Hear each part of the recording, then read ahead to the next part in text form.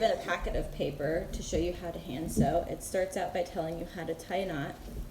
Then it tells you what a temporary stitch is, which is the first few stitches we are going to do. Temporary meaning that they need to be removed eventually, so they're going to be a longer stitch.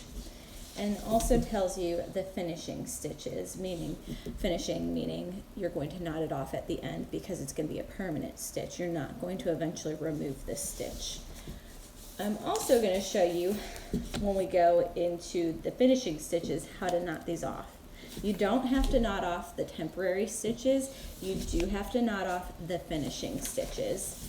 You'll also learn every single one of these hand sewing stitches. So we're going to start with the temporary. So that's the even based, the uneven based, the diagonal based, the running stitch, and those are the temporary. So then the permanent stitches are the even slip stitch, the uneven slip stitch, the back stitch, saddle stitch, blanket stitch.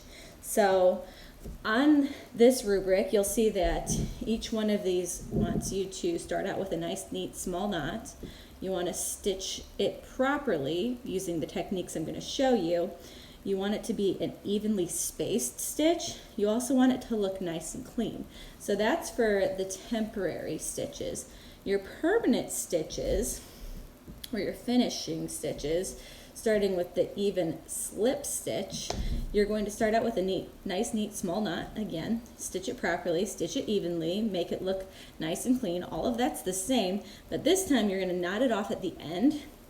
And I'm going to show you two different ways to knot a stitch off at the very end.